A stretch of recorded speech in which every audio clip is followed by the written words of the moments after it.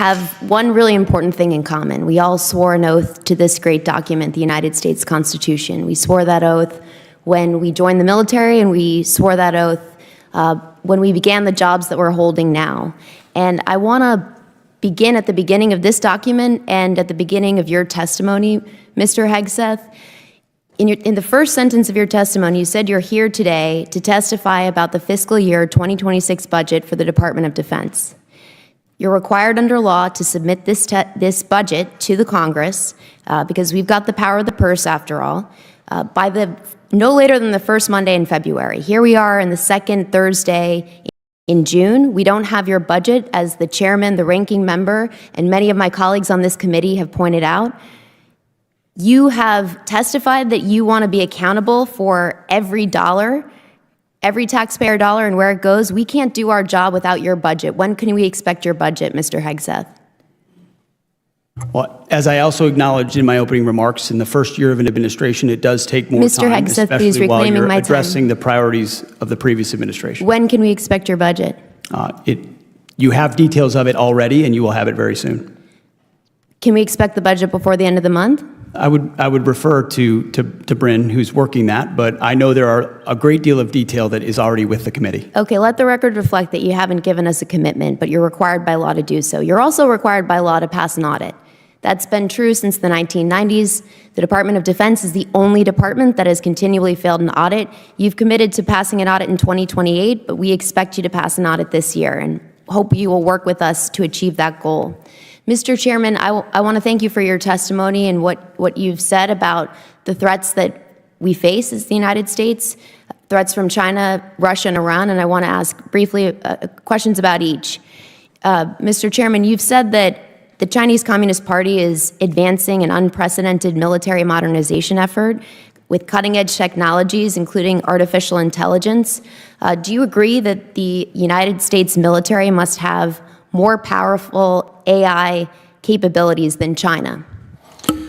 Well, ma'am, first, thank you also for your service in the Navy. I think LLMs and AI really underpinning all of our command and control capabilities is now and will be in the future a key and essential tool for decision making. Thank you. I agree that American AI dominance is extremely important. Yes, Mr. Hegseth, should American AI dominance be up for negotiation with China and any trade talks that are underway? As the chairman said, we're very focused on AI dominance. It's central to maintaining our cutting edge, and we're doing that. Good. Well, I hope, will you commit to telling the president not to sacrifice American AI dominance in any of his negotiations with the Chinese? The president is not surrendering any of our dominance to the Chinese. Good. I'll take that as a yes, that you'll be advocating for that. Thank you very much. I hope you'll also, you've both spoken to the importance of competition in the defense industrial base. I agree with that deeply. I'd point out that 40% of small businesses have left our defense industrial base supply chain in the past decade, and trade wars that have caused unprecedented uncertainty are going to drive more small businesses out of business. And that's something I hope we can work together to try to prevent, because it's very real in my home state of New Hampshire. Mr. Hegseth, did you order a pause in offensive cyber operations against Russia? I know the story you're referring to, and it's false. We said it then, and I'll say it now. So it is your testimony that you never ordered a pause in offensive cyber operations against Russia? We did not. Okay, let the record reflect that, and we'll be following up on that. I'm going to skip Iran because there's been a lot said in this hearing that has given me grave concern. One of the things that's been said in this hearing, Mr. Hegseth, was I want to give you the opportunity to correct the record and make clear that you will abide by, that you will obey a ruling of the United States Supreme Court.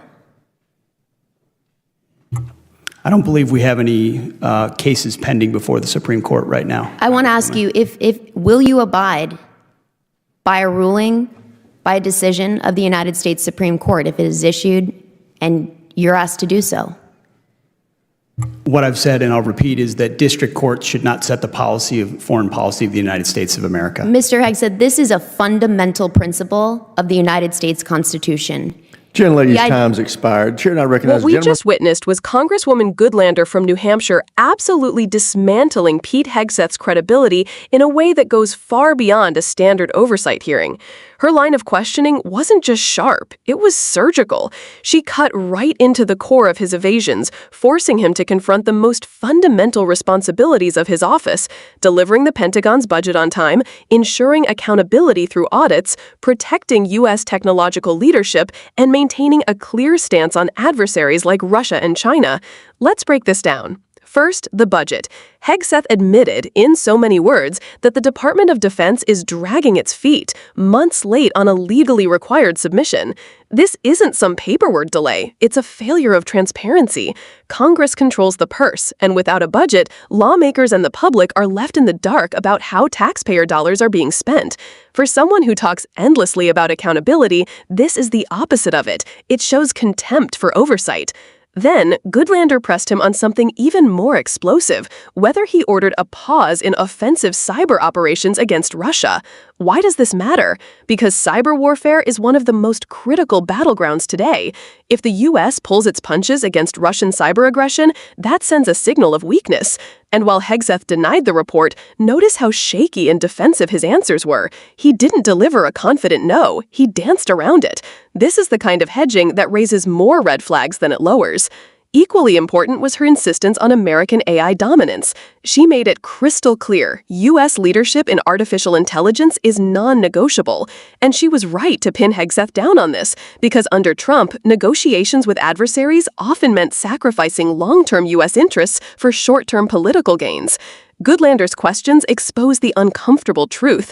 Hegseth couldn't convincingly assure the American people that this administration won't sell out our technological edge for a photo op. And then came the kicker: the Constitution itself. When asked if he would follow a ruling from the United States Supreme Court, Hegseth dodged. Think about how astonishing that is. A sitting defense secretary, asked if he would obey the highest court in the land, couldn't give a straight answer. That's not just incompetence, that's dangerous. It's the kind of authoritarian hedging that should alarm every single American, regardless of party. So let's be clear, this hearing wasn't just about a budget, or cyber policy, or AI. It was about whether the people entrusted with our national security actually respect the rule of law and the oath they swore.